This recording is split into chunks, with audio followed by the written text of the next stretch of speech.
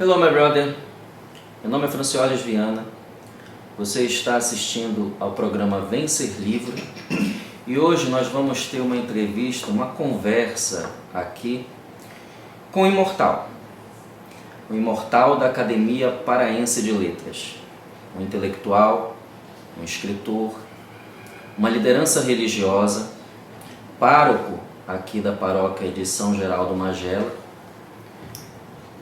e, sobretudo, um homem que inspira homens e mulheres que querem mais conhecer de Deus, amar a Deus, ter uma intimidade maior com Deus.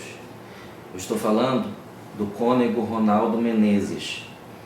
E desde já, reverendo, eu quero manifestar a minha alegria e satisfação por poder ter esse momento de conversa sobre a vida, sobre vivências literárias.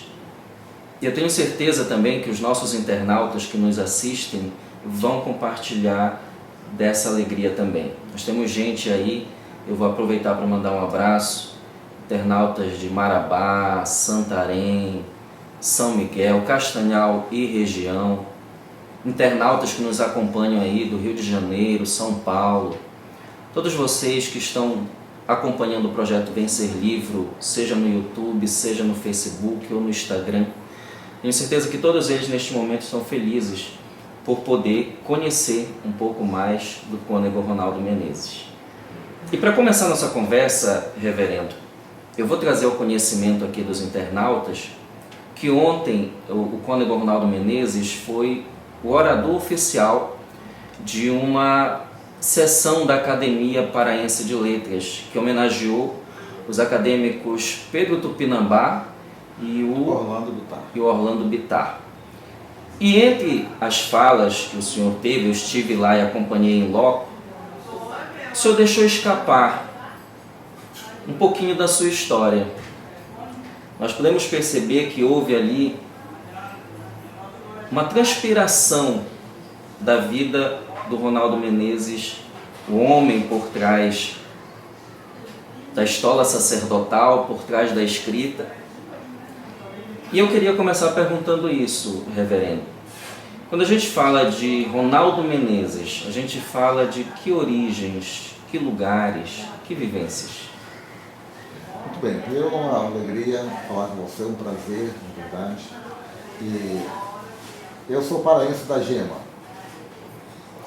Me considero não só paraense, mas ligado à terra do Pará de um modo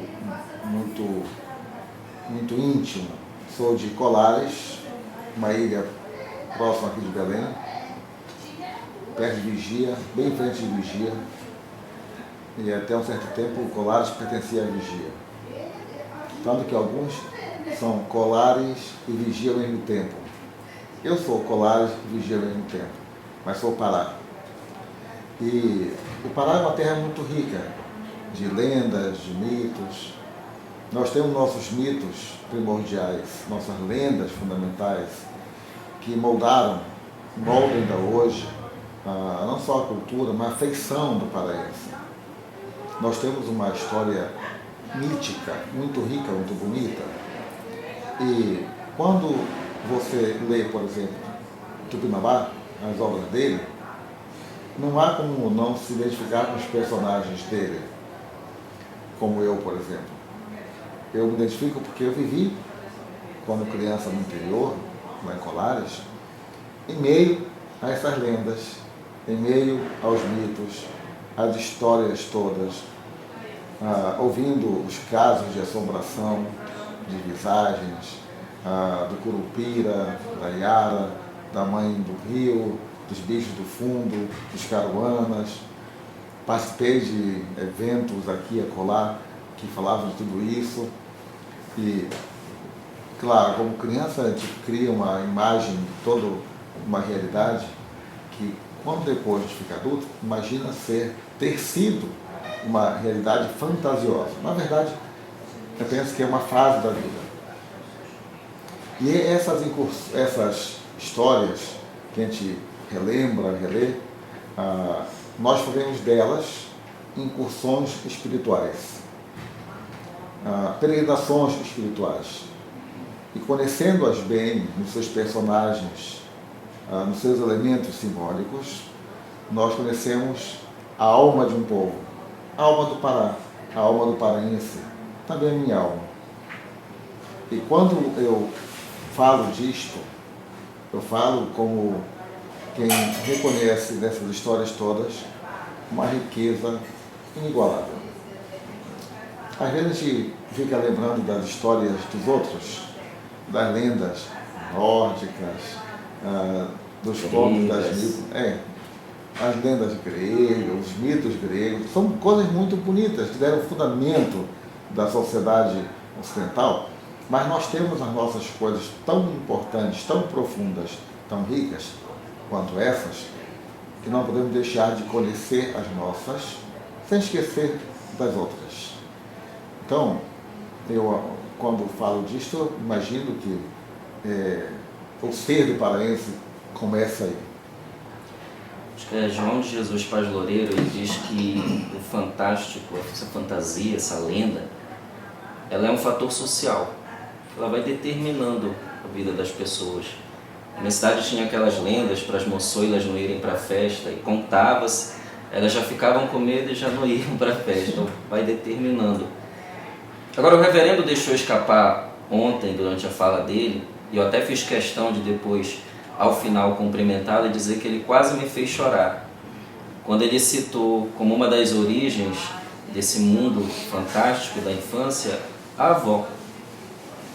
Como é que ela teve essa influência? Eu falo isso porque quem é amazônida, o homem amazônida, a mulher amazônida, sabe que você não é amazônida se você não tem aquela avó que toda noite te conta histórias antes de você dormir, para você dormir.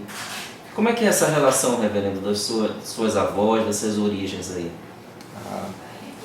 Toda tradição escrita teve uma fase não escrita. Essa oralidade da tradição, ela continua sendo fundamental para que o que foi escrito tenha algum significado, algum sentido.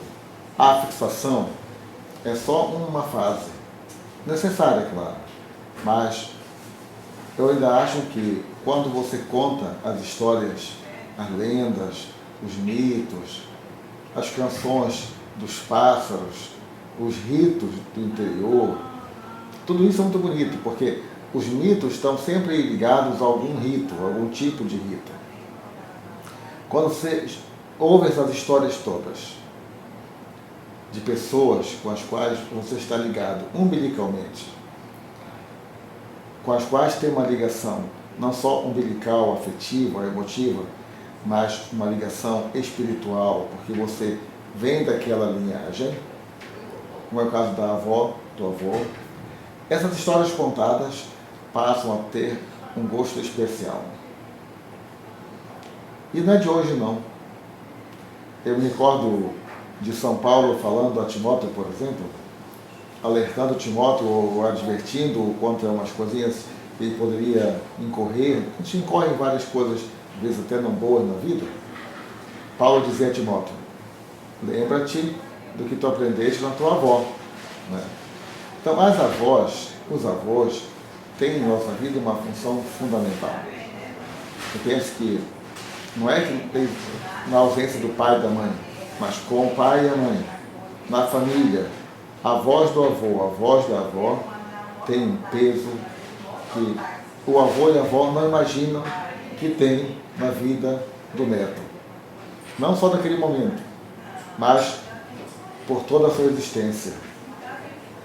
Porque quando um avô e uma avó gastam tempo com o seu neto, contando as histórias, para fazer os netos dormirem, era o meu caso. Eu dormia quase sempre. Eu não dormia, eu ficava ouvindo até o final. Quando acabou, conta outra. Os avós nos ajudam a fazer um percurso na vida que nos dão, eles com que nos contam segurança, nos fazem caminhar com segurança, nos fazem a respeitar o medo, nos fazem a temer o desconhecido, a não enfrentar o desconhecido sem respeitá-lo, nos ensinam a respeitar a natureza, a conviver de modo saudável com os rios, com as matas. Porque essas histórias, lendas do interior, os nossos mitos, são mitos que nos ajudam a respeitar o nosso habitat, o nosso meio natural. Sem estas histórias contadas pelos avós, nós não teríamos uma ligação com o nosso meio, com o nosso habitat. E nós não seríamos o que somos. Então, quando eu me lembro dos meus avós me contando as histórias, eu me recordo deles com dívida. Com dívida. Com dívida porque eu sei que o que eles me contaram, o que me disseram, é para o meu bem. Mesmo sem saberem eles o peso que teriam na minha vida, me marcaram para sempre. Os avós marcam para sempre. Nós estamos falando, como é o nome dos seus avós, das suas avós? Ah, sim. Tem que contar o nome do santo. Sim, claro. Meu avô era Pedro, como disse ontem. Pedro. E minha avó era Dulcila. Mas ninguém a conheceu por Dulcila. Sempre por Lulica. Opa, então fica essa homenagem para o seu Pedro e a dona Lulica e a dona Rosa, que no caso é a minha avó. Sim. Todos era Rosa Davina, mas todo mundo na rua conhecida como a dona Rosa. Obrigado pelo que vocês nos ensinaram. Verdade. Agora deixa eu entender uma coisa, reverendo. O senhor é um homem intelectual, o senhor é um homem de produção textual, que constantemente está influenciando através da sua intelectualidade a sociedade. Como é que o senhor lida com a questão do líder paroquial? Porque eu entendo que, como líder paroquial, o senhor está muito próximo do dilema das pessoas, dos problemas delas, das situações que elas vivenciam e que sempre, claro, vão procurar o seu líder pastoral atrás de uma ajuda, atrás de um auxílio, um socorro, uma palavra de Deus. Existe uma teoria que diz que o texto literário ele representa um espelhismo da vida do escritor. Aquilo que ele vivencia, as experiências, o que ele passa, o que ele aprende, o que ele assimila, tudo isso vai formando o escritor e acaba tendo um reflexo naquilo que ele produz. Essa relação existe com o senhor? Como é que o senhor consegue equilibrar essa vida de intelectual e líder paroquial? O homem é um ser completo quando está numa relação saudável com Deus. Porque na relação com Deus, dela deriva as relações outras que o homem tem e que o tornam o que ele é. De modo muito panorâmico, o sacerdote, ele é um homem que fala de Deus, mas é sobretudo um homem que fala com Deus. Por esta sua relação com Deus, o sacerdote, que é um homem do sagrado, ele é também e necessariamente o homem da proximidade. O que quer dizer ser um homem da proximidade? Ele deve ser próximo de Deus, primeiramente.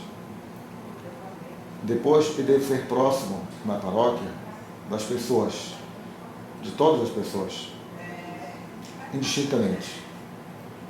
Ele deve ser próximo, por ser próximo das pessoas, dos seus problemas, dos seus dilemas, das suas alegrias, das suas tristezas. Parodiando alguém que já falou isso há muito tempo, nada do que é humano deve ser indiferente ao sacerdote. Nada. Tudo que é humano deve ser importante para o sacerdote. E pela proximidade, ele deve ter uma visão diferente do que teria um outro profissional. Um médico, um psicólogo, um psicoterapeuta, um professor, porque a visão dele é uma visão mais abrangente. Ele vê o todo da pessoa com seu Deus, com a sua família, com a sua igreja, a sua comunidade. E a partir dessa proximidade que ele tem com Deus, com a palavra de Deus e com as pessoas, ele se torna capaz de orientar, de ajudar, às vezes de dar uma palavrinha, não do que ele sabe. Não é a sabedoria humana do padre, mas do que Deus lhe inspira a dizer, do que ele aprendeu com o Senhor, do que ele aprendeu com Deus, para que o que ele orienta seja não uma orientação da cabeça dele, mas que venha de um coração preenchido, cheio do que ele acredita, da fé, da confiança, da esperança, do seu Deus. Tem um santo agora atual, mais do século XIX, Cardeal Newman, Real Newman, foi declarado santo agora. Ele dizia que só Deus pode preencher o coração que ele criou, nada mais. Quer dizer que quando o sacerdote tem no seu coração aquilo que ele acredita do seu Deus, que tem o próprio Deus, portanto, ele está cheio de Deus, nessas proximidades ele consegue transparecer o seu Deus. A partir daí, o que ele escreve, como eu escrevo para as pessoas, conhecendo-as como eu as conheço, e sabendo do que precisam, em geral, ouvir, compreender, entender, para que, iluminados pela palavra de Deus, possam dirigir a própria vida, possam alcançar seus objetivos, superar seus sofrimentos, vencer suas dores. Porque a vida humana é uma vida difícil, não é fácil viver. O viver é uma aventura. E cada vida de cada um de nós é um pequeno drama que se desenvolve durante o percurso da existência. E esse drama é o mais importante drama do mundo. É mais sério do que o drama de William Shakespeare, porque é o meu drama, é o teu drama. Cada um de nós vive o seu drama, não são seus tormentos, mas o seu drama de vida, de uma maneira única e insubstituível. Então, toda a escrita, todo o que pode sair do conjunto da existência, da vida, até a literatura, deve responder à vida, ou às questões da vida. Eu não creio que haja uma literatura, embora possa haver, que não esteja ligada à vida, que não responda às questões fundamentais da vida. Uma literatura como algo asséptico, que não tem cheiro, não tem sabor, não é algo que faça bem à pessoa. É preciso ter aqui uma resposta. Eu leio, eu verifico, eu compreendo, eu me identifico com o personagem. Por exemplo, você pode ler entre vários autores, escolher, deixa eu ver, Chesterton, por exemplo. É impossível você não, lendo Chesterton, não se identifique com o que ele escreveu. Ou lendo Tolkien, a obra todo mundo conhece, Senhor dos Anéis, você vê naquela obra majestosa. Tem gente lembrando agora de todos os personagens, com certeza. Pois é. Aí você vê nesses personagens, sabe, a amizade, a lealdade, o valor dos princípios, sabe? Você descobre até que o que parece muito ruim na vida, como lá o Gollum, que parece ser uma peste que apareceu para atrapalhar, no final, até o que era muito ruim, teve um papel fundamental para que um propósito se cumprisse. No grande panorama da obra de Deus, não tem nada fora do lugar. Já que o reverendo começou a falar de obras e livros, eu vou pegar essa deixa e perguntar o seguinte: quando a gente fala de Cônego Ronaldo Menezes, estamos falando de que autores, que obras o influenciaram? Muitas. Eu tenho muitos autores a quem eu devo. Alguns que eu recorro sempre. Primeiro, a Palavra de Deus. A Bíblia Sagrada, para mim, é um livro fundamental. É um livro sobre o qual eu me debruço, que eu estudo, que eu leio, que eu releio, que eu canto, que eu rezo. Não há como não tê-la como o livro fundamental.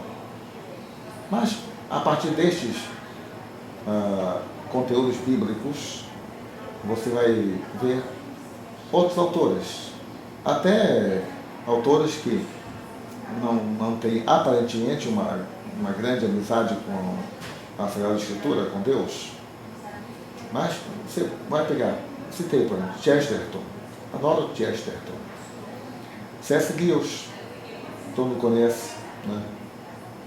As obras dele são obras... A gente lembrando da Crônica de Nárnia agora também, todos os personagens. Li toda a obra de Lewis, né? Toda, né? Adoro. Aquele Surpreendido pela Alegria, que é um texto dele maravilhoso. Então, Carta de um Diabo ao Seu Aprendiz, né? As Crônicas de Nárnia, que eu li assim que saíram, né? Aqui no Brasil. Você não tem como não gostar. Aí o Tolkien, né? E você vai ver a história de Tolkien com Lewis, né? Tinha uma amizade. Como eram amigos. E depois todas vai ter problemas, dificuldades, tiveram um tempo difícil, mas depois, até o final, foram dois grandes homens, né? Que moldaram a cultura do seu tempo na Inglaterra, depois se espalharam. Você lê Tolkien com um prazer indescritível, né? Eu gosto de ler Tolkien, leio, releio, né? Tem as obras dele. Então, além destes, tem os grandes místicos, Thomas Merton, tem os grandes teólogos como Ratzinger, Balthasar. Quando você lê Balthasar, você faz um percurso teológico a partir da literatura, né? As obras dele são maravilhosas. Karl Barth, você lê o comentário da carta aos Romanos, você tem uma invasão do divino na sua vida. Mark Twain.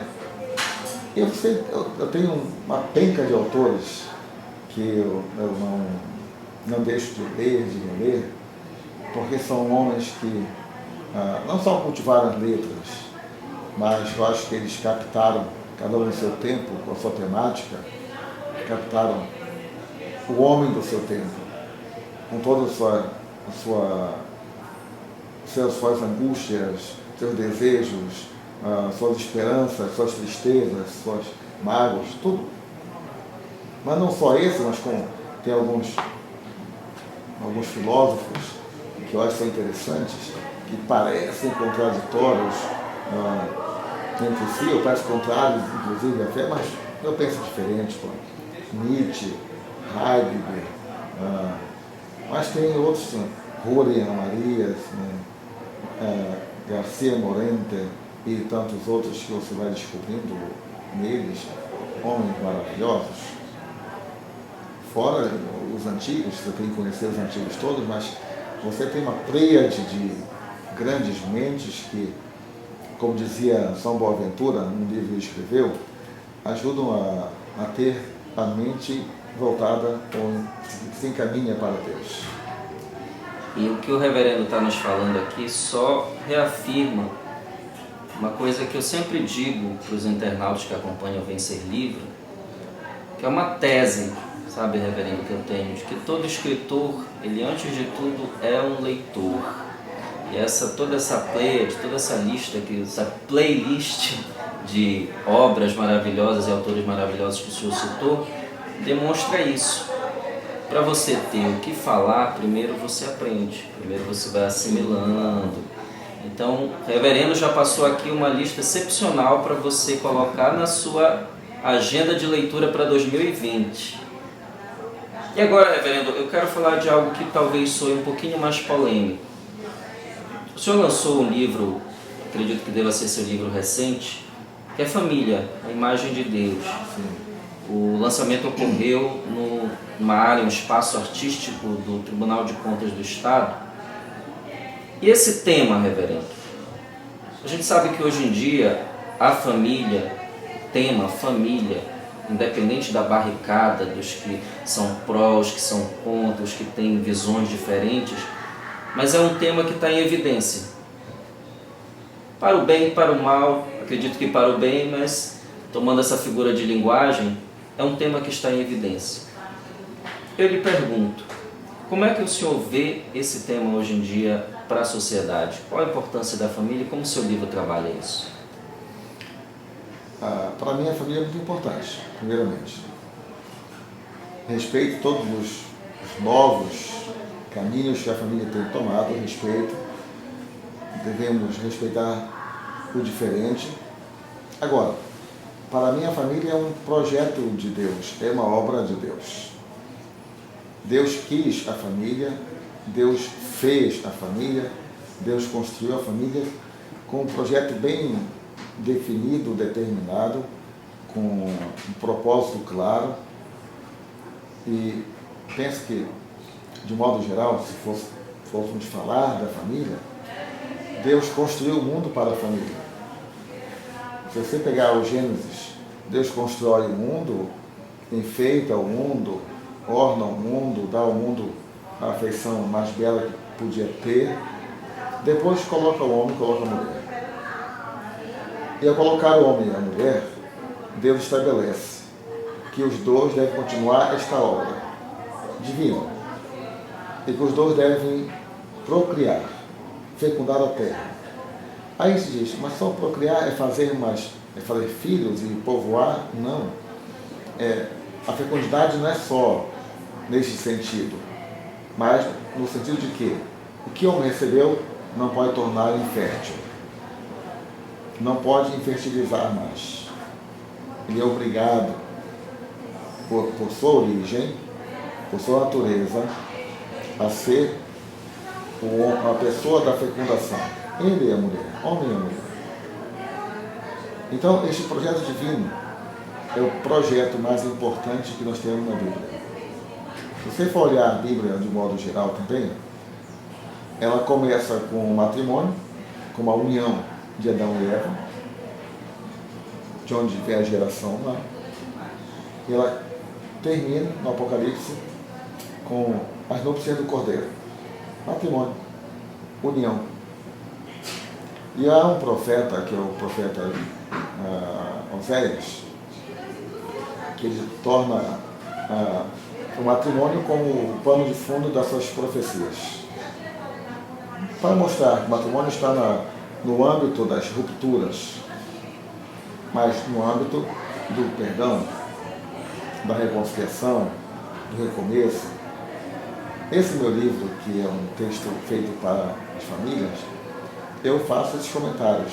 Saio do Gênesis, onde faço um comentário da criação do homem e da mulher, dos dois textos bíblicos do Gênesis. Aí passo para o profeta, que eu gosto muito, o livro de Jó, Tobias, aliás, não Jó, mas Tobias. Eu pego Tobias e a partir da peregrinação do jovem Tobias, eu digo que é um percurso do amor, ou para o amor, a partir dessa peregrinação eu desenvolvo o tema da união querida por Deus. Nenhum homem encontra uma mulher encontra um homem por acaso, senão porque Deus orienta uma vida, orienta um coração, respeitando as circunstâncias, os momentos, as dificuldades. Por isso o matrimônio que é querido por Deus, ele pode encontrar muitos óbices, mas sempre será uma via de salvação. Eu vou lhe ler agora umas palavras, reverendo, e eu gostaria que o senhor me dissesse o que pensa sobre o que esse autor disse. Espero que lá na academia esteja presente não só o Padre Ronaldo, mas a igreja, e que a minha presença na academia contribua para que a fé nestes tempos difíceis se faça ver não apenas como um elemento entre outros, mas aquele fundamental para a renovação da vida, a renovação até da cultura, o dinamismo da cultura. Espero contribuir para isso. Só para contextualizar para quem está voando, vocês vão encontrar essas palavras aqui do reverendo em um vídeo do YouTube, que é logo depois que ele é escolhido, ele é eleito para a Academia Paraense de Letras, que os acadêmicos fazem a surpresa. O reverendo está ministrando, é aqui, não é, reverendo? Na paróquia? Não, foi na Trindade. Na Trindade. Então os acadêmicos reúnem e comunicam que ele foi votado para ser imortal da Academia Paraense de Letras. E na entrevista, essas são as palavras do reverendo logo depois. Aí eu lhe pergunto, reverendo, depois da distância do que foi dito, o senhor acha que conseguiu cumprir isto? Como isso foi cumprido? Este é um projeto permanente, não é um projeto acabado. Quando um sacerdote está na academia, como eu estou, e outros já estiveram antes de mim, e grandes sacerdotes, do Alberto Ramos e o Rômulo Apio Campos foram os dois últimos, mas antes tivemos Dom Lustosa. Eu penso que quando você tem um sacerdote de uma academia como esta, ele deve ser não só o homem das letras, mas o homem que cultiva as letras boas para os homens. Porque a palavra, ela é o homem. O homem é a palavra. O homem é a sua palavra. Quando o homem fala, ele se traduz, ele se mostra, se revela. Então, quando ele escreve, não pode dizer senão o que ele é. É um projeto. É um processo permanente. Reverendo, estamos caminhando para o final da nossa entrevista, porque daqui a pouco o reverendo vai ministrar a missa aqui na paróquia. Sim. E eu sempre gosto, no final da nossa conversa, de deixar um espaço para o entrevistado, para que deixe uma mensagem para os nossos internautas, o que vier ao coração. Então, eu gostaria de deixar esse espaço para o senhor ficar à vontade. Eu penso que primeiro eu quero agradecer a nossa conversa muito boa, muito livre, e eu penso que toda a comunicação deve ser feita para o bem das pessoas. Nós temos a obrigação de, nós que somos comunicadores, comunicar a verdade sobre o homem, sobre Deus, sobre a vida. Porque no mundo tão conturbado como nós vivemos hoje, no mundo perdendo o sentido das coisas, as pessoas que têm consciência da sua natureza, o homem, elas devem contribuir para que esta natureza não se conspurque, não se manche indelevelmente, mas seja um fator de renovação da vida e que deve trazer esperança. Todo homem deve ser um homem da esperança, deve propor a esperança e promovê-la. É o que eu desejo sempre. Amém. Em nome do projeto Vem Ser Livre, e eu acredito que eu estou tomando a voz de todos que estão nos assistindo, agradeço por esse momento de compartilhamento, de tanta sabedoria, tanta vivência literária e religiosa conosco. Eu tenho certeza que muitas pessoas que estão nos ouvindo, não apenas do nicho literário, mas também pessoas que estavam precisando ouvir um direcionamento, uma orientação espiritual, uma proximidade de Deus, receberam com essa nossa conversa. Eu vou finalizar com vocês trazendo uma mensagem do reverendo Ronaldo Menezes, que ele publicou na página do Facebook dele. O evangelho de hoje, Lucas capítulo 11, do versículo 5 ao 13, nos ensina o modo de Deus para conosco. Ele é bondoso conosco. Nos dá não só o que pedimos, mas aquilo de que necessitamos. Não se esconde das nossas orações. Quando rezamos a Ele, manifestamos-lhes a consciência de nossa pequenez e fragilidade. Como um pai que não joga nem brinca com o filho pequeno, Ele não nos engana, mas nos enriquece com seus dons. Nosso Deus é bom. Tenha um dia abençoado. Há alguém cuidando de nós. E com essa mensagem do reverendo eu finalizo dizendo o que eu sempre digo no final dos nossos vídeos. Olha, vem com a gente, vem ser livre.